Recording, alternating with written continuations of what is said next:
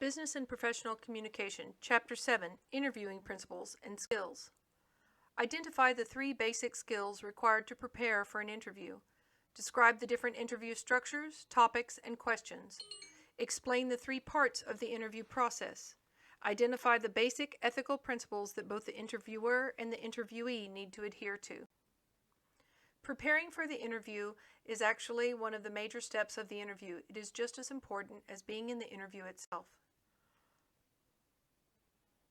In the interview, you should expect oral interaction, polishing your interpersonal skills. Expect that the interview will be structured and goal-oriented, and that there are 2 major roles within this interview. There are several main types of interviews. First is the screening interview, which is generally done by telephone, or more popularly, video conferencing interviews. You could still have the traditional one-on-one face-to-face interview. Group interviews frequently happen when there are a large number of candidates. A panel interview has several people interviewing one candidate. There is the behavioral interview to see how an employee might behave during certain situations, and a sequential interview going from person to person higher up the chain. There are 3 goals of an interview: to gain information, to convey information, hopefully to get the job, and to demonstrate your interpersonal skills, which can be learned. To identify the appropriate person with whom to interview, you should avoid wasting the time of people who are not in the loop. Find the person who has the relevant information and find the right employer for your specific skill set. You could do this in several ways. You could consult with someone in the industry, do an intensive web search, use your contacts, acquaintances, and networks to know whom to talk to, use your instructors, or call up the organization. When arranging the interview, the interviewer's job is to schedule the time, to find the appropriate location, and arrange the physical setting. Speaking of the location, it should have few distractions, be private, and will vary by the type of interview. The physical setting should be a nicely furnished room that is not impersonal. It should have something about the interviewer posted within it. Avoiding physical barriers, a side-by-side seating arrangement is preferred. With virtual interviews, both parties should know the technology and consider time zones. Also, it is fine to consider recording the interview answers to a specific set of questions. The virtual interviewee should practice with the technology, maintain interview protocols, have aesthetics behind them, and use eye contact. Every good interview has a structure to it. Some structures are obvious and others are more scattered or hidden. To identify interview topics, in a job interview they will be employment-related, job skill-related, a conversation about the experience, the career path, and the goals. For the interviewee, they will want to know job requirements, the manager expectations, advancement opportunity, salary, and benefits.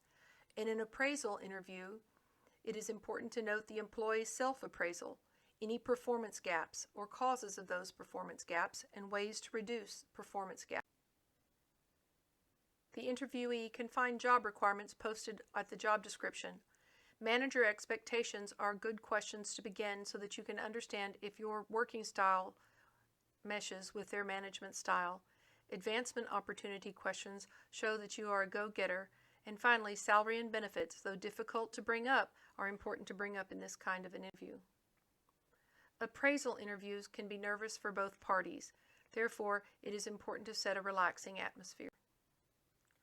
You should write down your interview questions. There are 2 kinds of interview questions. Open questions, which are broad, unstructured, and generally are questions of value, process, or policy, and closed interview questions, which limit the range of responses. They require simple, direct, and brief answers. They are used to gather specific information, and it increases the number of questions that can be asked in a limited period of time. This works best for structured interviews. Probing questions encourage the interviewee in a guided discussion on a particular direction. You can have a nudging probe, a clearinghouse probe, or an informational probe, but either way, it is there to extend the information gathered.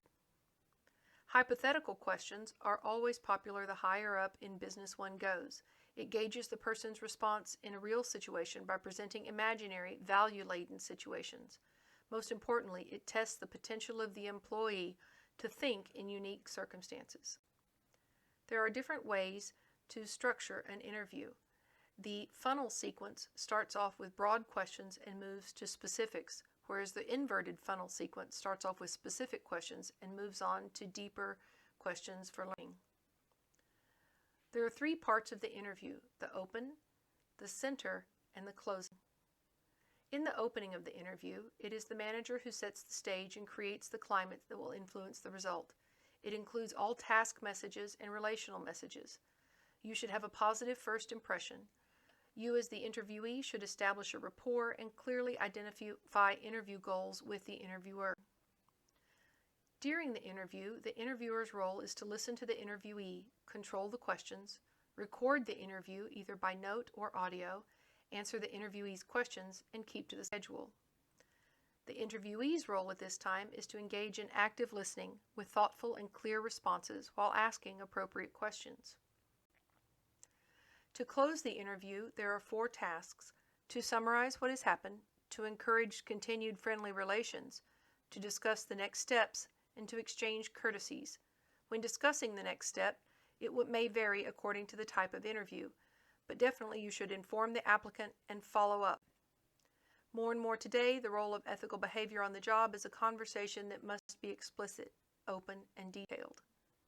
For interviewer ethics, you should state the purpose in advance, which will allow the interviewee to make uncoerced responses. You should prepare unbiased questions and avoid unlawful questions covered at more in depth in your book. You should convey honest and accurate information. You should respect confidentiality. Keep information disclosed private and do not share any of the information gleaned in the interview unless it is mandated by superiors. Interviewee ethics. You should answer questions honestly. Avoid manipulating the interviewer and your resume. Do not limit the interviewer's options and choices. Don't misrepresent facts about your work history. Keep to your word. Don't make promises you cannot keep. Empty promises eventually backfire in business and professional contexts. You too should respect confidentiality. Some information shared during interview can be personal or sensitive or proprietary to the institution. It is important to keep information to oneself and to not share it with others outside of the interest range. Chapter 7: Interviewing Principles and Skills.